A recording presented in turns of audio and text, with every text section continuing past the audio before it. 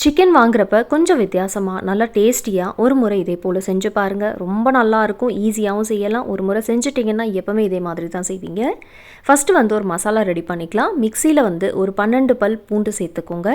அடுத்ததாக இதில் இஞ்சி சேர்த்துக்கலாம். 2 இன்ச் அளவுக்கு இஞ்சி எடுத்திருக்கேன், கட் பண்ணிவிட்டு சேர்த்துக்கலாம். இப்போ இதில் வந்து நம்ம வெங்காயம் சேர்த்துக்கலாம். ஒரு மீடியம் சைஸ் அளவுக்கு வெங்காயமை ரஃப்பாக கட் பண்ணிவிட்டு சேர்த்துக்கோங்க. நான் இன்றைக்கி பெரிய வெங்காயம் எடுத்திருக்கேன். உங்கள்கிட்ட சாம்பார் வெங்காயம் இருந்தால் இதுக்கு பதிலாக ஒரு 15 சாம்பார் வெங்காயம் சேர்த்துக்கோங்க, ரொம்ப நல்லாயிருக்கும். இப்போ இதில் வந்து 3 டேபிள் ஸ்பூன் அளவுக்கு திருவண்ண தேங்காய் சேர்த்துக்கலாம். அடுத்ததாக வந்து கருவேப்பிலை சேர்த்துக்கோங்க. ஒரு 2 கொத்து கருவேப்பிலை சேர்த்துக்கலாம். இதெல்லாம் சேர்த்துட்டு இதை வந்து நம்ம கோர்ஸாக கிரைண்ட் பண்ணிக்கலாம். கொரப்பாக அரைச்சிக்கோங்க. பாருங்கள், அரைச்சாச்சு. இப்போ மசாலா ரெடியாக இருக்கட்டும்.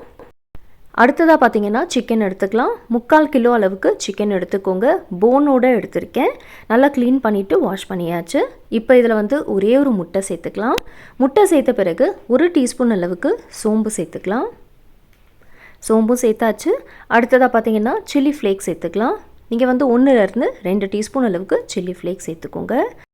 அடுத்ததாக வந்து மிளகாய்த்தூள் 1/2 டேபிள் ஸ்பூன்லேருந்து 2 டேபிள் ஸ்பூன் அளவுக்கு சேர்த்துக்கோங்க. நான் சேர்த்துருக்கிறது பார்த்திங்கன்னா காஷ்மீரி சில்லி பவுடர், கலர் ரொம்ப நல்லா வரும். இப்போ இதில் வந்து நான் ஒரு 1/4 டீஸ்பூன் அளவுக்கு மஞ்சள் சேர்த்துருக்கேன். அடுத்ததாக 2 டேபிள் ஸ்பூன் அளவுக்கு மைதா மாவு சேர்த்துக்கோங்க.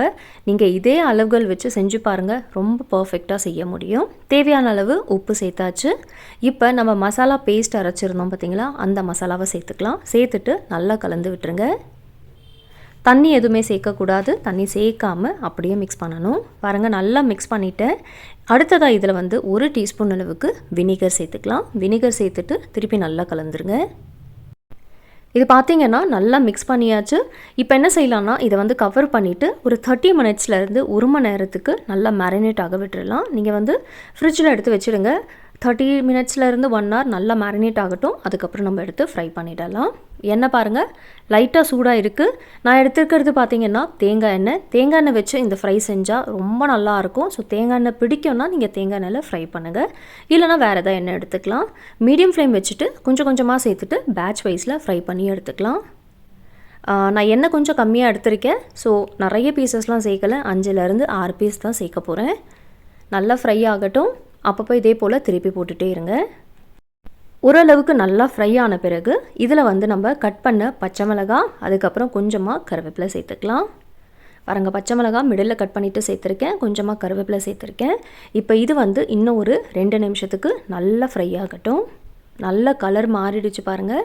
இந்த அளவுக்கு மேலே நல்லா கிறிஸ்பியான பிறகு வெளியில் எடுத்துடலாம்.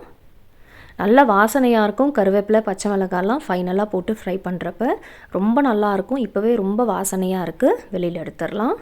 இதே போல் நீங்கள் வந்து பேட்ச் வைஸில் எல்லாம் ஃப்ரை பண்ணி வெளியில் எடுத்துருங்க. தேங்காய் எண்ணெய் வச்சு ஃப்ரை பண்ணுறப்ப டேஸ்ட் வந்து ரொம்ப நல்லாயிருக்கும், நல்ல வாசனையாக இருக்கும்.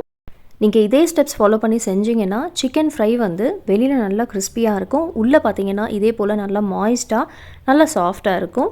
ஸோ கண்டிப்பாக செஞ்சு பார்த்துட்டு மறக்காம உங்கள் ஃபீட்பேக் எனக்கு ஷேர் பண்ணுங்கள். நாளைக்கு இதே போல் நல்லா டேஸ்டியான ரெசிபியில் நம்ம மீட் பண்ணலாம்.